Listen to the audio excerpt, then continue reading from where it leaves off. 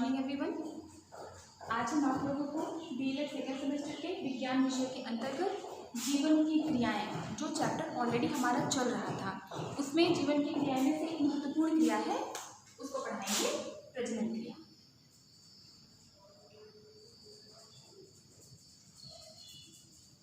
इतने दिनों से आप सभी जानते हैं कि जीवन की प्रक्रियाएं या जीवन की क्रियाएं क्या होती हैं। किसी भी सजीव को जीवन जीने के लिए जो क्रियाएं वो करता है उसे ही जीवन की क्रियाएं कहते हैं। जैसे एक सजीव पोषण करता है, एक सजीव श्वसन करता है, वृद्धि करता है, पौधों के अंदर प्रकाश संश्लेषण की क्रिया होती है।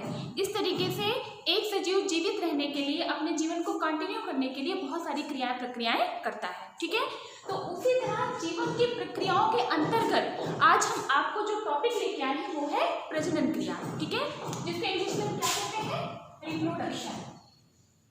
सबसे पहले हम इस प्रजनन क्रिया या रिप्रोडक्शन मीन्स की मीनिंग समझ लेना चाहते हैं। ठीक है ना। रिप्रोडक्शन आप सभी जानते हैं कि प्रत्येक सजीव या प्रत्येक जीवधारी के अंदर अपनी जैसी संतानें उत्पन्न करने की क्षमता होती है। ठीक है ना। इसी क्षमता को हम प्रजनन क्षमता कहते हैं या रिप्रोडक्शन कहते हैं। मीन्स कि प्रत्येक जीवधारी अपने सदिश संतानें उत्पन्न करता है। ठीक है, और इस क्रिया के द्वारा वो अपने वंश को बनाए रखता है। ठीक है, क्योंकि प्रत्येक जीवधारी अपनी संतानें उत्पन्न करता है और प्रत्येक पौधों के बीजों से नए पौधों का निर्माण होता है। इस तरीके से आप सभी जानते हैं, तो उस क्रिया को क्या कहते हैं, रिप्रोडक्शन कहते हैं। ठीक है, रिप्रोडक्शन को हम दो पार्ट में डिवाइड करते हैं। कौन कौन सा? सबसे पहला कौन सा है, एसेक्सुअल रिप्रोडक्शन, यानी कि अलैंगिक जनन या अलैंगिक प्रजनन। ठीक है, अब देखिए अलैंगिक जनन का मतलब क्या होता है। अलैंगिक जनन एक ऐसी प्रक्रिया है जिसके द्वारा नए पौधा एकल जनक से बनता है। ठीक है ना। इसमें मेल और फीमेल गैमेट्स की अलग अलग सेपरेटेड आवश्यकता नहीं होती है। नया पौधा एकल जनक से बनता है। इसमें युग्मक या जनन कोशिकाओं की कोई भी भूमिका नहीं पाई जाती है। ठीक है ना। अब अगर हम अलैंगिक जनन की बात करते हैं, तो अलैंगिक जनन के अंतर्गत चाहे पौधे हो या जंतु हो, बहुत सारी विधियों, बहुत सारी मेथड्स का यूज करते हैं। आइए हम एक एक करके उन मेथड को यहाँ पर पढ़ेंगे। सबसे पहले हम पढ़ना चाहेंगे, हम आपको बताना चाहेंगे फिजन। फिजन का मतलब होता है विखंडन। अब आपको इस विखंडन शब्द से ही, विखंडन आई थिंक क्लियर आपको समझ में आ रहा होगा। विखंडन शब्द का पहले अर्थ हम जान लेते हैं। विखंडन का मतलब नॉर्मली होता है टूटना या खंडित होना। तो इसके अंतर्गत क्या हो गई, इसकी परिभाषा क्या हो गई, विखंडन एक ऐसी विधि है, ठीक है, जिसमें एक कोशिका अपने कई कोशिकाओं में टूट जाती है। ठीक है ना।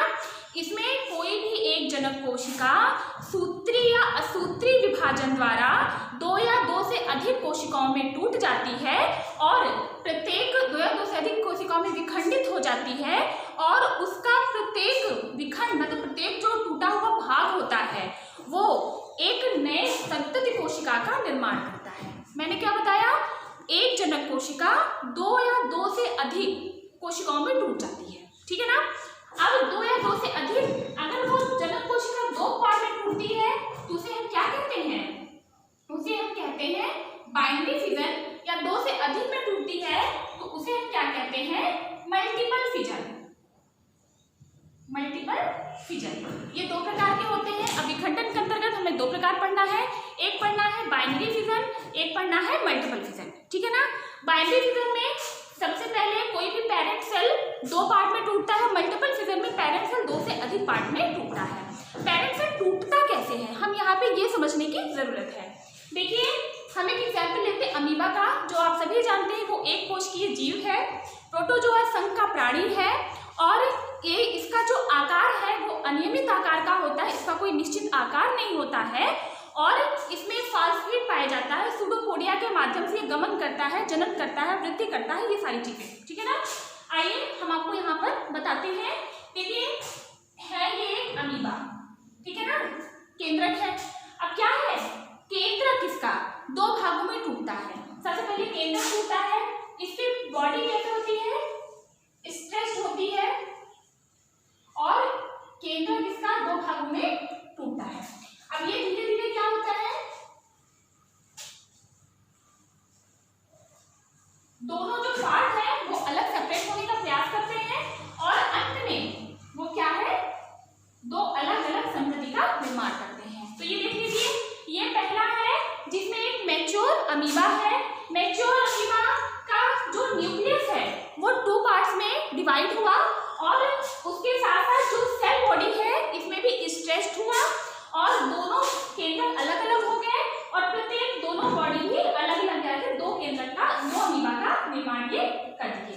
तो ये क्या है, ये है बाइनरी फिजन, जिसमें कि एक पेरेंट सेल दो डॉटर सेल में विभक्त हो गई। ठीक है ना, इसे कहते हैं बाइनरी सेल। और यही अगर ये दो या दो से अधिक पार्ट में टूट जाती, खंडित हो जाती, तो उसे हम क्या कहते हैं, मल्टीपल फिजन। आई थिंक आपको ये फिजन इसके माध्यम से समझ में आया होगा। फिजन क्या होता है, फिजन में एक कोशिका में पाया जाता है और इसमें कोई भी कोशिका सूत्री और सूत्री विभाजन द्वारा दो या दो से अधिक भागों में टूट जाती है, अधिक कोशिकाओं में बढ़ जाती है और प्रत्येक कोशिका एक नई संतति कोशिका का निर्माण करती है और एक नया पौधा या नया जंतु बनाती है। लाइक दैट ये आपका मैच्योर प्राणी की मैच्योर अमीबा था।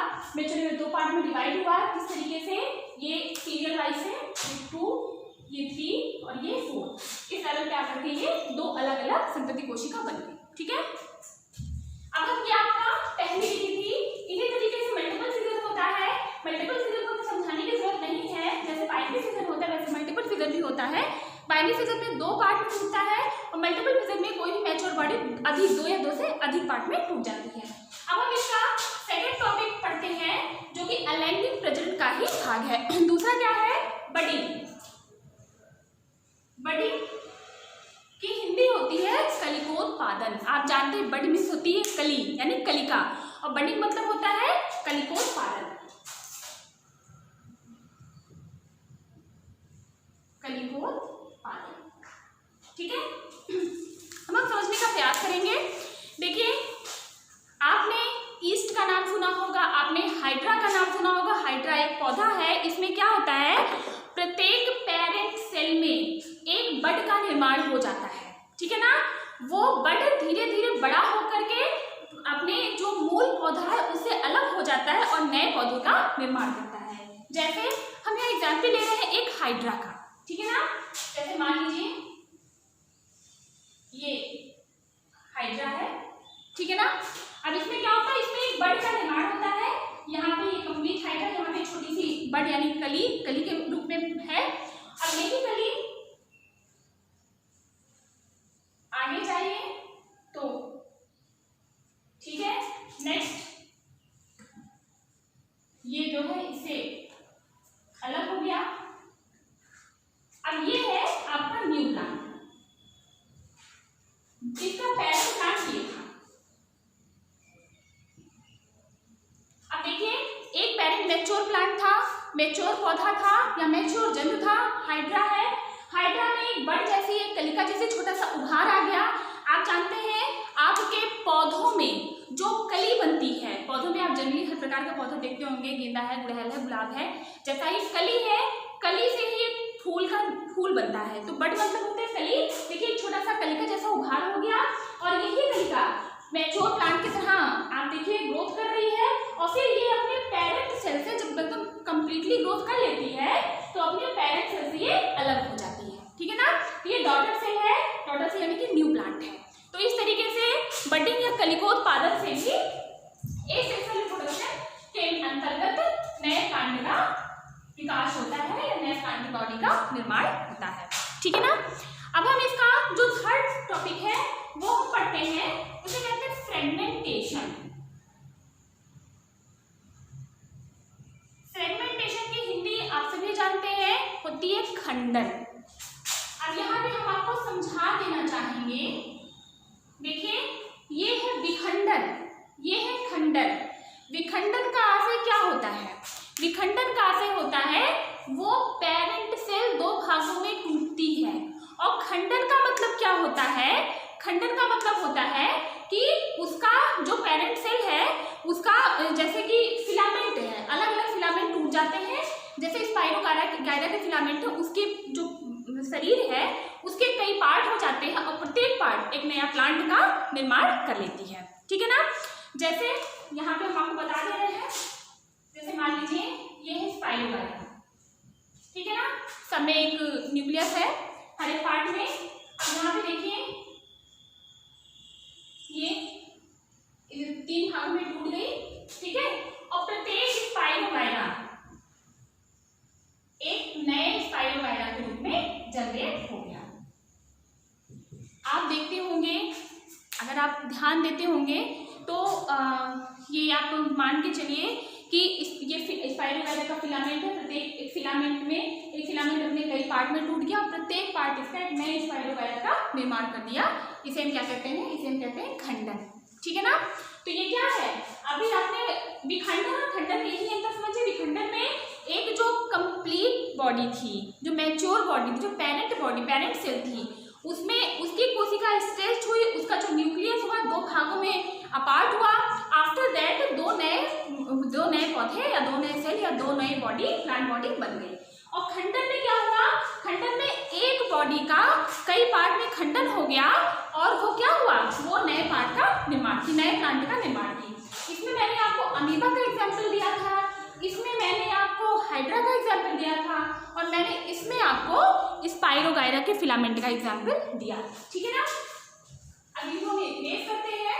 अब हम अगला आपका जो एसेक्सुअल मेथड से जो अगला है वो हम पढ़ाते हैं बीजाणु निर्माण या स्पोर फॉर्मेशन। ठीक है ना। अगला टॉपिक क्या है, स्पोर फॉर्मेशन,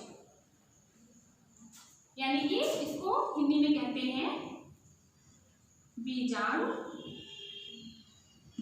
निर्माण। ठीक है ना। अब इसको ध्यान दीजिएगा।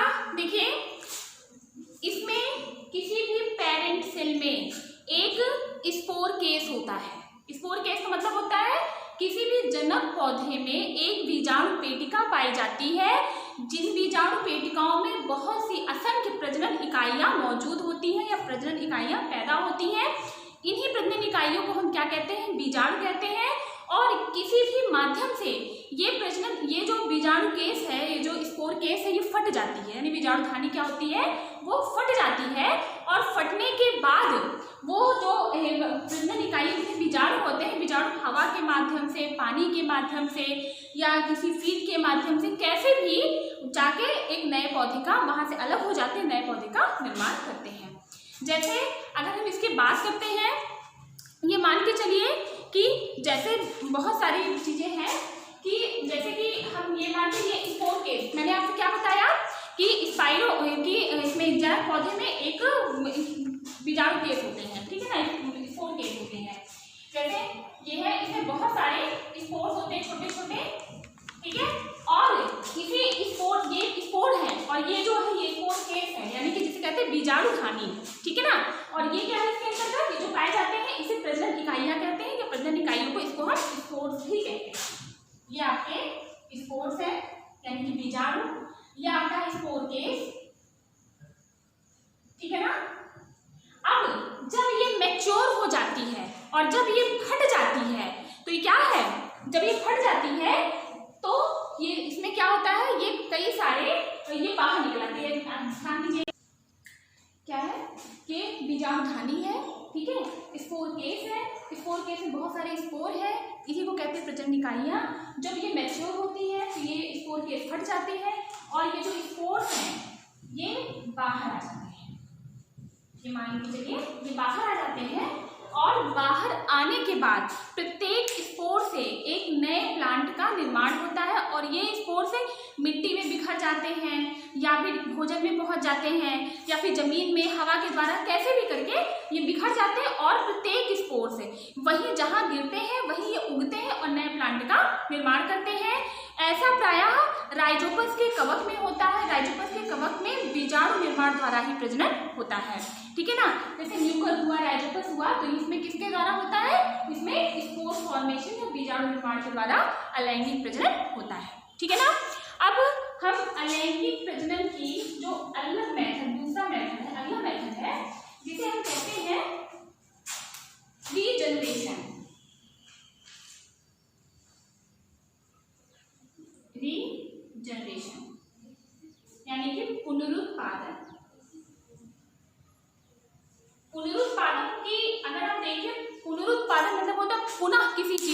पुनः उत्पादन, ठीक है ना। अब रीजनरेशन में क्या होता है, आप जानते हैं प्रत्येक प्राणी के अंदर ये एबिलिटी होती है कि उसके ऊतकों का निर्माण होता है, ठीक है ना, उसके ऊतकों की मरम्मत होती है। कहने का मतलब है शरीर के अंगों की मरम्मत एवं टूटे फूटे अंगों का पुनः निर्माण होता है, ठीक है। इसी प्रक्रिया को हम पुनरुत्पादन कहते हैं। और इसमें कोशिका के किसी भी कोशिका का शरीर या कि कुछ कोशिकाएं उसी प्रजाति के नई कोशिकाओं का निर्माण करती है, ठीक है ना। जैसे और प्रत्येक भाग जितने भी होते हैं, प्रत्येक भाग जैसे ये है, मान के चलिए ये एक कंप्लीट कोशिका है, ठीक है। अब इसको 3 जगह से टूट गया, ये अलग हो गया, ये अलग हो गया, ये अलग हो गया, ठीक है ना।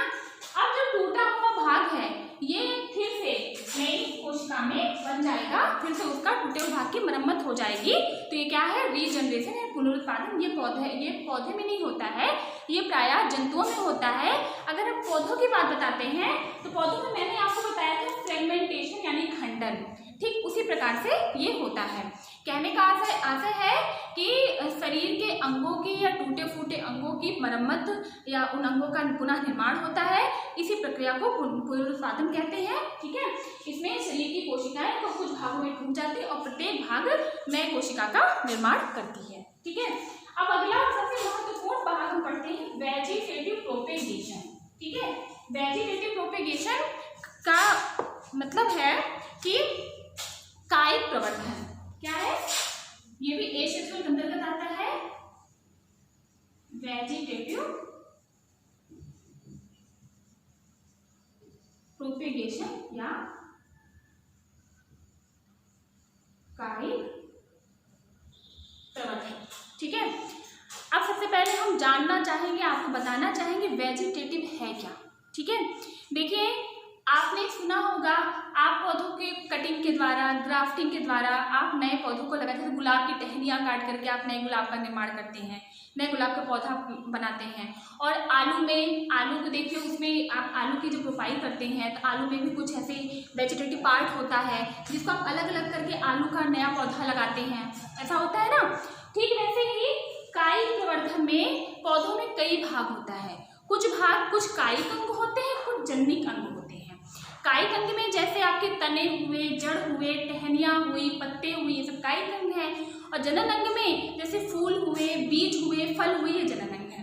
ध्यान दीजिएगा, कायिक अंगों के द्वारा वेजिटेटिव प्रोपेगेशन होता है। अगर जनन अंग की बात होती है तो जनन अंग के द्वारा वो सेक्सुअल रिप्रोडक्शन होता है, वो वेजिटेटिव प्रोपेगेशन नहीं होता है। लेकिन वेजिटेटिव प्रोपेगेशन को हम अलग से भी पढ़ते हैं, ठीक है। ये एसेक्सुअल से अलग करके भी वेजिटेटिव प्रोपेगेशन पढ़ते हैं। क्यों?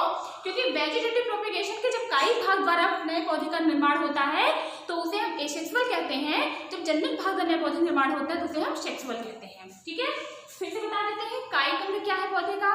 किसी पौधे का कायिक अंग जैसे तना है, जड़ है, टहनी है, पत्ते हैं। अगर किसी तने से, जड़ से, टहनी से, पत्ते से नए पौधे का निर्माण होता है तो वो वेजिटेटिव प्रोपेगेशन कहलाता है। और किसी पौधे का जनिक अंग कौन सा होता है, फूल है, फल है, बीज है, ठीक है ना। तो इन सब भागों से, उसके कायिक भागों से अगर नए पौधों का निर्माण होता है तो उसे कहते हैं कायिक प्रवर्धन। इसके अंतर्गत आपने एग्जाम्पल पढ़ा होगा, जैसे ग्राफ्टिंग हुआ, जैसे कटिंग हुआ, मैंने आपको बताया ना, गुलाब की टहनियाँ काट देते हैं, ठीक है ना, उससे नए पौधे का निर्माण कर देते हैं। या फिर किसी पर्टिकुलर चीज़ को लगा करके नए पौधे का निर्माण कर देते हैं, तो क्या हो गया, वो वेजिटेटिव प्रोपेगेशन हो गया, ठीक है ना। तो अब यहाँ पे हमारा एसेक्सुअल रिप्रोडक्शन खत्म होता है। अब हम बात करते हैं सेक्सुअल रिप्रोडक्शन की। हमने जैसे आपको बताया था कि एसेक्सुअल रिप्रोडक्शन में हमें एकल जनक से बनता है, इसमें किसी भी युग्मक या जनन कोशिकाओं की कोई भूमिका नहीं होती है। ठीक उसी प्रकार जो सेक्सुअल रिप्रोडक्शन होता है, इसमें जनक पौधा अपने युग्मकों के निर्माण, अपने युग्मकों का प्रयोग करके नए पौधे का निर्माण करता है, ठीक है ना। ये किसी भी पौधे को जन्म देने वाली प्रक्रिया है, लेकिन किसके द्वारा, उसके जनिक भाग द्वारा। देखिए अब हम यहाँ पढ़ाते हैं आपको सेक्सुअल रिप्रोडक्शन।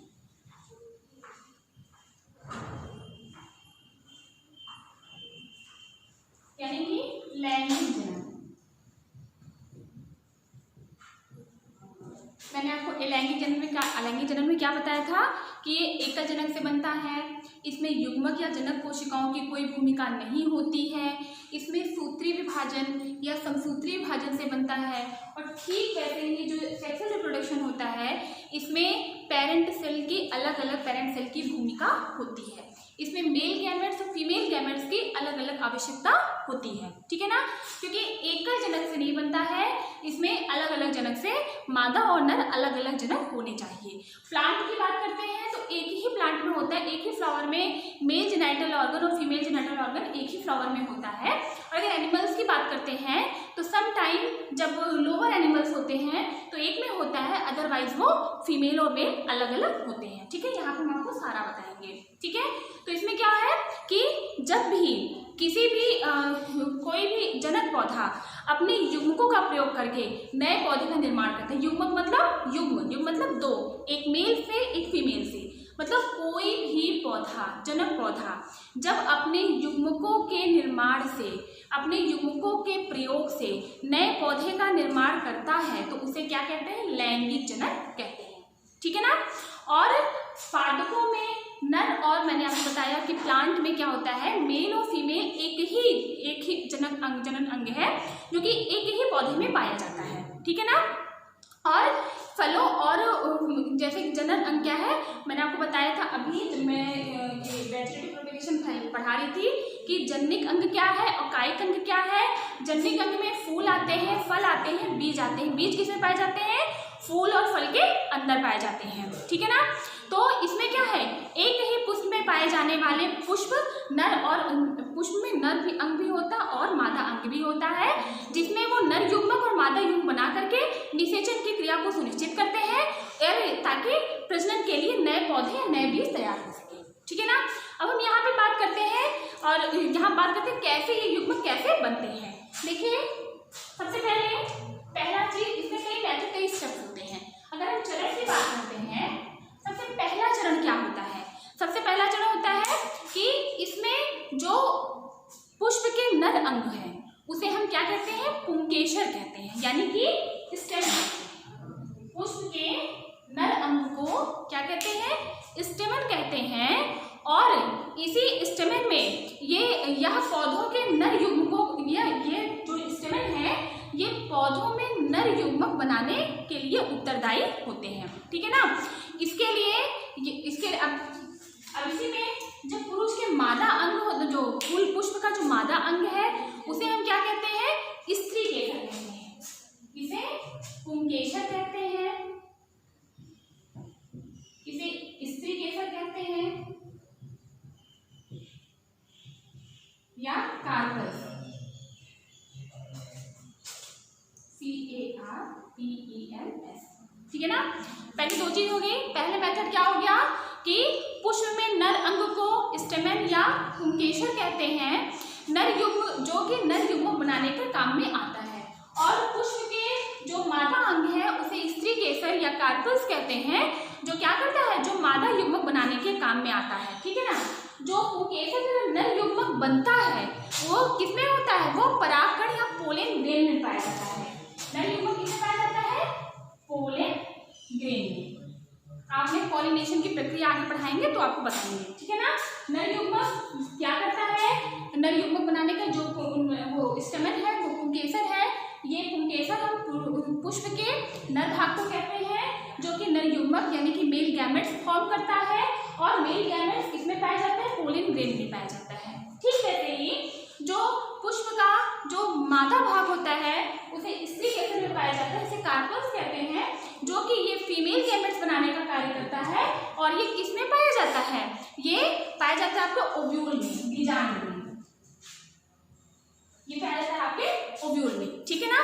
अब क्या है, नर युग्मक और मादा युग्मक के बीच निषेचन की क्रिया होती है।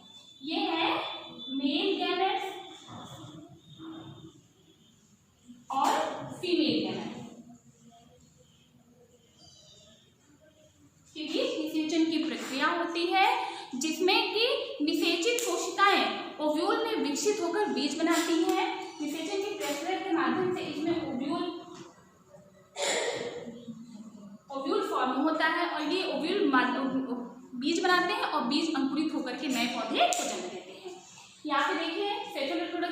मेल और फीमेल अलग अलग होते हैं, लेकिन अगर हम पौधों की बात करते हैं तो मेल और फीमेल एक ही पौधे में पाया जाता है। अगर उस पौधे में जो मेल है, अगर जो मेल जेनिटल ऑर्गन है उसे हम स्टेमन कहते हैं। स्टेमन मेल गैमेट्स बनाता है और वो मेल गैमेट पोलिन ग्रेन के अंदर पाया जाता है। और अगर पुष्प के जो फीमेल जेनिटल ऑर्गन, जो फीमेल जनन अंग होते हैं उसे हम कार्पल्स कहते हैं या स्पिकेसर कहते हैं, और ये फीमेल गैमेट फॉर्म करता है और उसको ओव्यूल कहा जाता है। और जब ये मेल गैमेट से फीमेल गैमेट में पोलन ग्रेन का पोलन सीड्स और ओव्यूल आपस में निषेचित करते हैं, आपस में निषेचित होते हैं तो बीजांड बनता है। बीजांड यानी कि ओव्यूल, इसको कहते हैं बीजांड। बीजांड बनता है जिसके अंदर बीज होता है और वही बीज अंकुरित होकर के नए पौधे को जन्म देता है। इस तरीके से ये प्लांट में सेक्सुअल रिप्रोडक्शन हमारा कंप्लीट होता है। ठीक है, ऐसे ही अगर हम एनिमल की बात करें तो जैसे प्लांट में ये प्रक्रिया है वही प्रक्रिया एनिमल्स में होती है। अंतर इतना होता है क्योंकि प्लांट्स में मेल और फीमेल जेनिटल ऑर्गन एक ही पुष्प में, एक ही प्लांट में पाया जाता है, इसलिए आपको मैंने समझा दिया कि कैसे होता है, कैसे mail genital organ male gametes कैसे फॉर्म करता है, female genital organ female gametes कैसे फॉर्म करता है। मेल गैमेट्स को पोलन ग्रेन या पोलन सीड्स कहते हैं, फीमेल गैमेट्स को हम ओव्यूल कहते हैं। ओव्यूल और मेल गैमेट्स, ओव्यूल और पोलन सीड्स में निषेचन होता है, फर्टिलाइजेशन होता है, जिससे आपका गैमेट फॉर्म होता है, जिससे आपका बीजांड बनता है और उसी बीजांड में बीज होता है और बीज अंकुरित होकर के नए पौधे को जन्म देती है। अगर हम एनिमल की बात करते हैं तो एनिमल में लैंगिक जनन में अर्धसूत्रीय कोशिका विभाजन से बने नर और मादा प्रकार के युग्मकों के संयोजन से युग्मनज बनता है। क्योंकि इसमें कैसे है, अर्धसूत्रीय विभाजन से बनता है और नर तथा मादा प्रकार, नर और मादा अलग अलग पाए जाते हैं और इनके संयोग से युग्मनज बनता है जो समसूत्री विभाजन द्वारा नए पौधों में विकसित हो जाता है। नर युग्मक को हम स्पर्म सेल कहते हैं, मादा युग्मक को हम एग सेल कहते हैं। आइए हम आपको बता दें, सेम वैसे ही है, इसमें भी मेल अलग होता है और फीमेल अलग होता है। अंतर इसमें ही है, प्लांट में मेल फीमेल एक ही पौधों में पाया जाता है, इसमें मेल फीमेल अलग पौधों में पाया जाता है। ठीक है, इसमें जंतु में मेल अलग पाया जाता है, फीमेल अलग पाया जाता है। अब हम यहाँ पे आपको सबसे ज़्यादा समझ में आएगा मनुष्य के बारे में। ठीक है, हम बता रहे हैं कि एनिमल मतलब मनुष्य में, जीवों में 23 जोड़े गुणसूत्र पाए जाते हैं।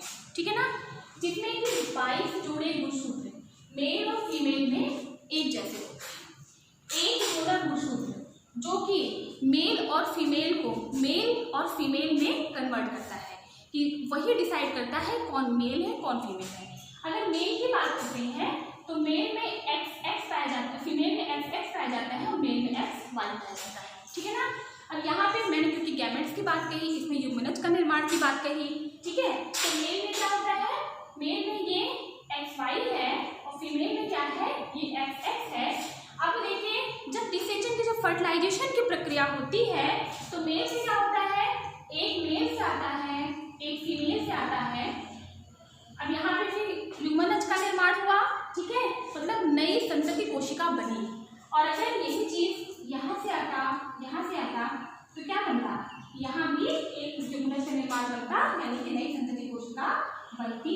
सेम वैसे ही YX और सेम वैसे ही XX, मतलब कि ये जो XX है ये गर्ल है यानी कि फीमेल चाइल्ड है, जो XY है ये बॉय है यानी कि मेल चाइल्ड है। ठीक है ना, तो कहने का है कि एनिमल्स में ये आपको हमने ह्यूमन में बताया है। ठीक है, क्योंकि ह्यूमन में हमारा क्लियर है कि कौन सा जोड़ा गुणसूत्र आपके मेल और फीमेल होने के लिए उत्तरदायी है। ठीक है ना, तो लैंगिक जनन में अर्धसूत्रीय कोशिका विभाजन के द्वारा नर और मादा प्रकार के युग्मकों के संयोग से युग्मनज बनता है। नर और मादा प्रकार के युग्मकों के संयोग से क्या बनता है, आपका युग्मनज बनता है, जो कि समसूत्रीय विभाजन द्वारा नए जंतु को विकसित करता है। ठीक है ना, जब नर युग्मक की बात करते हैं तो उसे कहते हैं स्पर्म सेल, मादा युग्मक की बात करते हैं उसे कहते हैं एग सेल।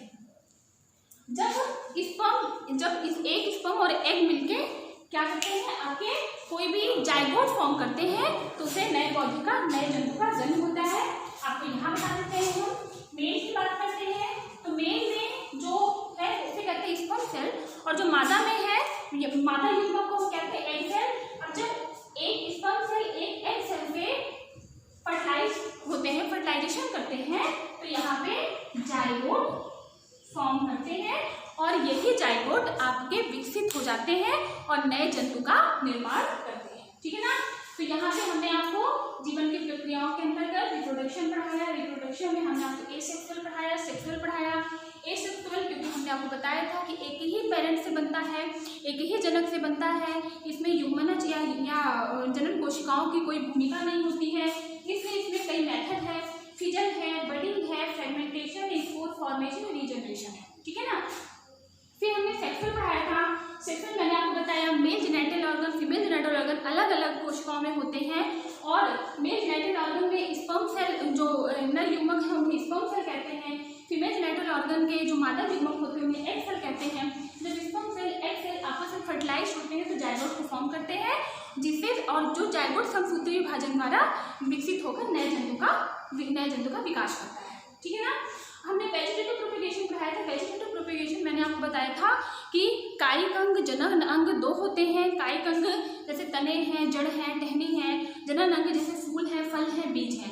जब जनन अंग के द्वारा नए पौधे का निर्माण होता है तो वो सेक्सुअल रिप्रोडक्शन के अंतर्गत आता है, और जब कायिक अंग के द्वारा नए पौधे निर्माण होता है तो वो एसेक्सुअल अंतर के रिप्रोडक्शन के अंतर्गत आता है। इस तरीके से जीवन की क्रियाओं के अंतर्गत जो हमारा रिप्रोडक्शन था वो कंप्लीट हुआ।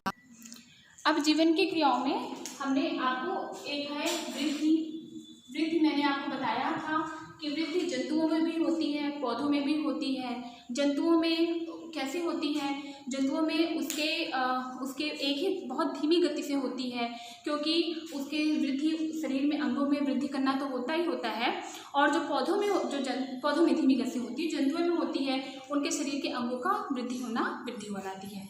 विकास मैंने आपको बताया था, ये मैंने आपको पहले ही बताया था कि जीवन की प्रक्रियाओं में मैंने सारे टॉपिक, पोषण है, श्वसन है, उत्सर्जन है, वृद्धि है, प्रकाश संश्लेषण है, वाष्पोत्सर्जन है, प्रजनन है, ये सारे टॉपिक क्लियर हो चुके हैं ऑलमोस्ट। अब हम जो अगला चैप्टर है जीवन की प्रक्रियाओं के बाद, वो है हमारा तंत्र। ठीक है ना। जैसे ऑर्गन सिस्टम। ठीक है। ऑर्गन सिस्टम में सारे ऑर्गन सिस्टम में, क्योंकि जो पोषण है वो एक अलग ऑर्गन सिस्टम द्वारा कंप्लीट होता है, जो श्वसन है अलग ऑर्गन सिस्टम द्वारा, रिस्पायरेशन अलग ऑर्गन सिस्टम कंप्लीट होता है, जैसे हम कहते हैं रिस्पिरेटरी सिस्टम, और भोजन है, पोषण है, उसे कहते हैं डाइजेस्टिव सिस्टम, उत्सर्जन है उसे कहते हैं एक्सक्रीटरी सिस्टम। इस तरीके से जो ऑर्गन सिस्टम्स है, क्योंकि अब तक हमने आपको सेल बताया, सेल के बारे में सब कुछ बताया। ठीक है। क्योंकि सेल कैसी थी? Cell smaller unit of the body थी, cell smallest unit of the body थी, cell structural unit of the body थी। ठीक है ना। तो मैंने आपको सेल के बारे में सब कुछ बताया। सेल के बाद टिश्यू का नंबर आता है, हमने टिश्यू के बारे में आपको सब कुछ बताया। उसके बाद ऑर्गन आता है, हमने ऑर्गन बताया।